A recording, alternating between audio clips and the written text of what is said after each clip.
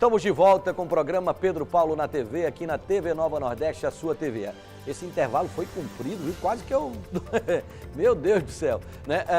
Olha, você pode participar do nosso programa, né? Com a sua contribuição, com a sua dica, dizendo quem você gostaria de ver neste espaço, que é um espaço de vocês, tá? O nosso zap, o zap da TV Nova é o 992038440. Instagram, você tem 2 acessos, @TV Nova Nordeste, @Pedro Paulo CN. E no Facebook você acompanha, inclusive, a nossa transmissão pela rede social, né? facebook.com/TV Nova Nordeste. Então, você que nos assiste aí pela TV aberta, na TV digital, né, pela rede social, nosso muito obrigado pelo carinho de vocês, pela audiência de vocês. Nosso assunto hoje é problemas auditivos, né? Vamos falar aí do que a Audivida faz, doutora.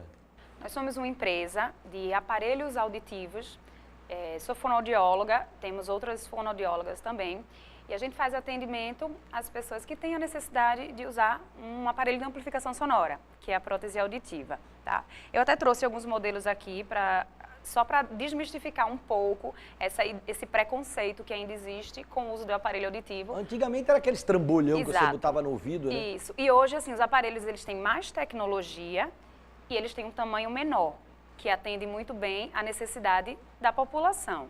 Então, assim, são modelos variados, tá?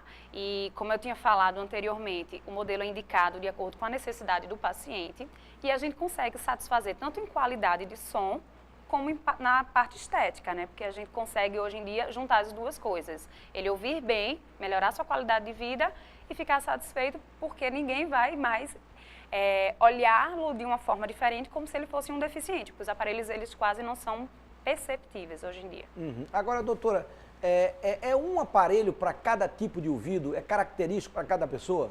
Não. Posso pegar aqui o modelo, fica à vontade, fica à vontade. Então, nós temos basicamente 2 tipos de modelos de aparelho, que seriam os aparelhos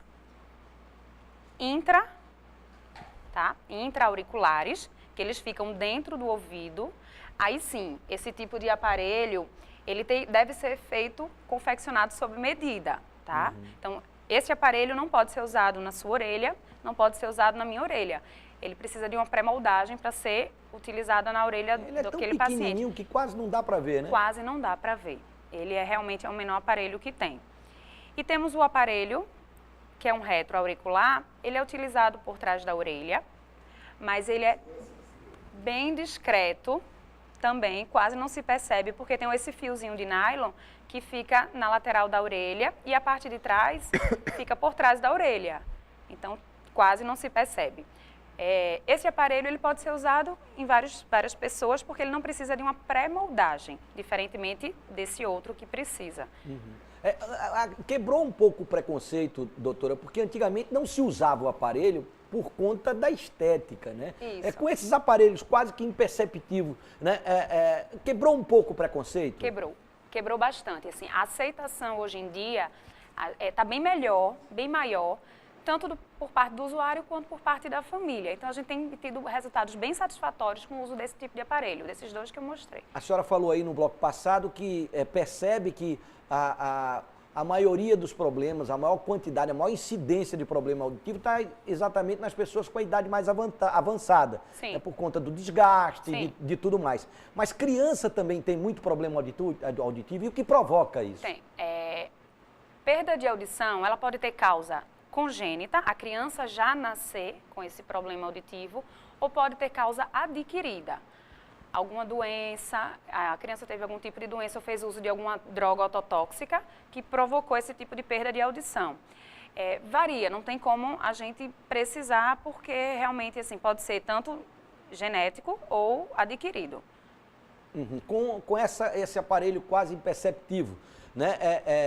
A juventude, a criançada que tem esse tipo de problema, ela se sente mais convidativa para usar um aparelho como esse? Sim, esse tipo de aparelho, ele traz isso, realmente, assim, a pessoa é mais convidativa, sim, mas quando a gente testa também o retroauricular, aquele outro que eu mostrei, também tem tido uma aceitação muito bacana. Então, assim, tanto um quanto o outro, eles atendem bem a necessidade e a expectativa de quem vai usar o aparelho.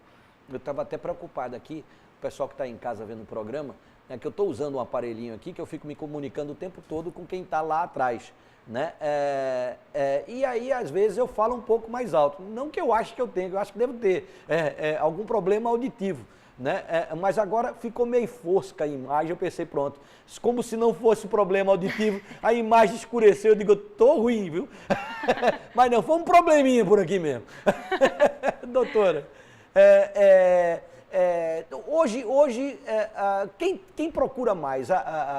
O jovem, o idoso, a mulher, quem procura mais tentar resolver problemas como esse? O que a gente tem observado na nossa vivência prática é que idosos realmente eles procuram mais. Jovens que têm uma vida muito ativa, que percebe desde o começo, essa perda de audição é detectada desde o começo, eles têm um interesse sim em tentar resolver o problema, tá? Uma vez que a gente usa o aparelho auditivo, a gente começa a fazer estímulo cerebral para que essa perda também não venha a se desenvolver mais, a progredir.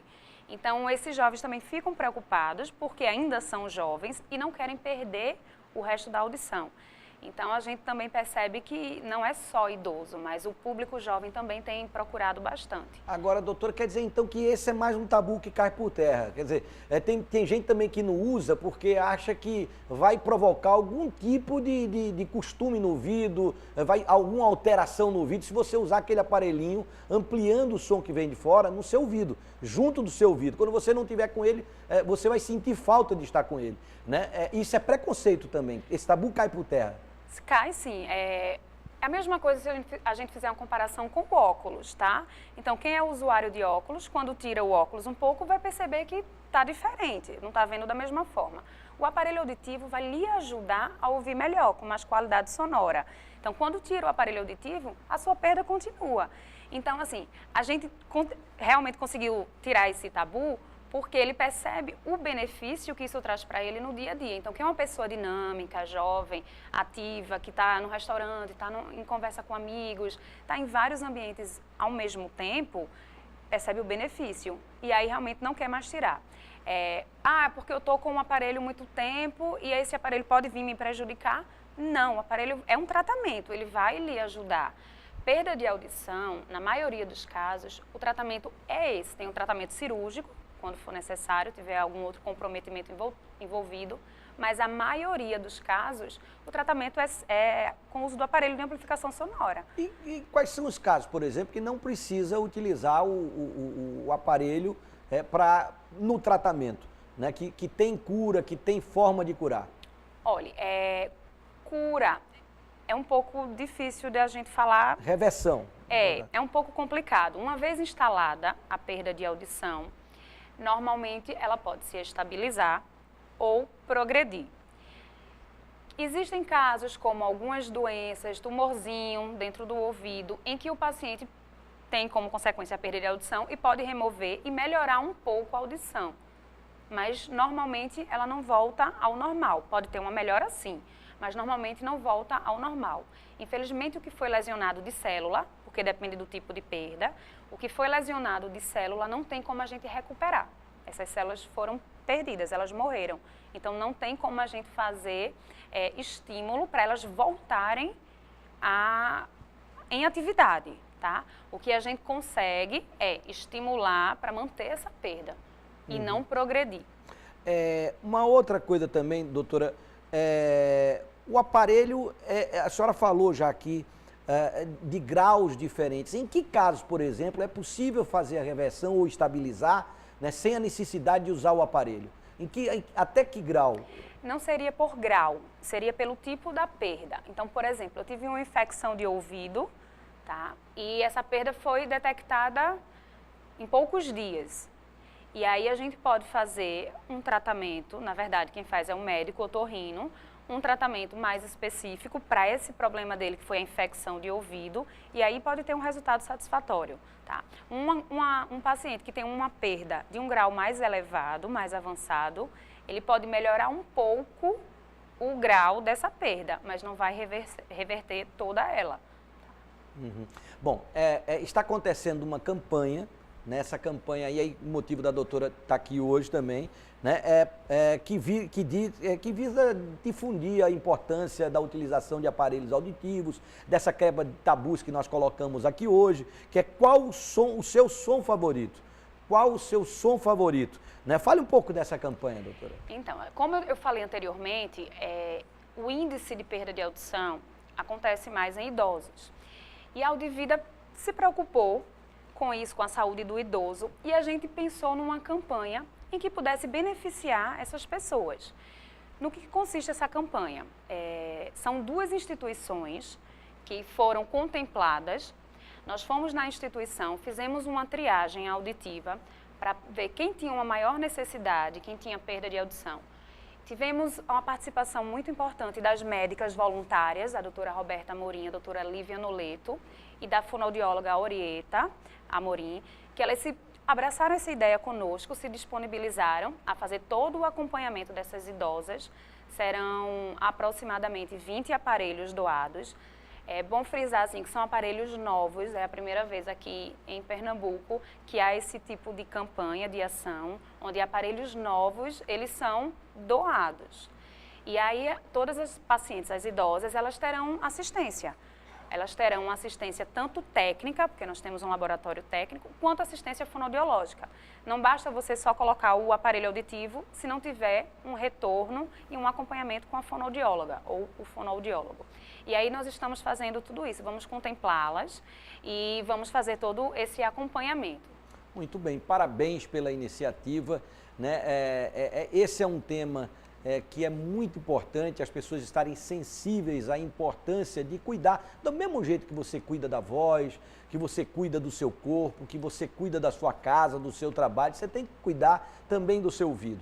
Né? Às vezes quem relaxa muito no ouvido, não limpa, não tem os cuidados necessários, acaba tendo uma série de problemas indesejáveis também. Exatamente, e a gente infelizmente tem observado muito tipo de problema emocional. Por conta disso, o paciente ele tende a se isolar um pouco mais do convívio familiar por conta de uma perda de audição, por exemplo. Porque está conversando, não está entendendo o que está sendo dito e aí ele cai no isolamento, né? Ele se isola e posteriormente numa depressão.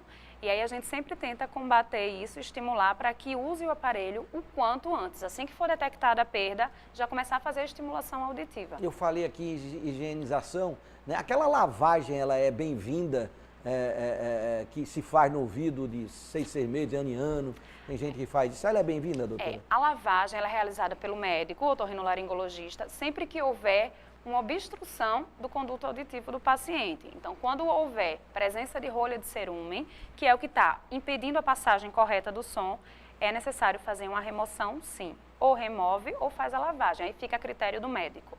Uhum.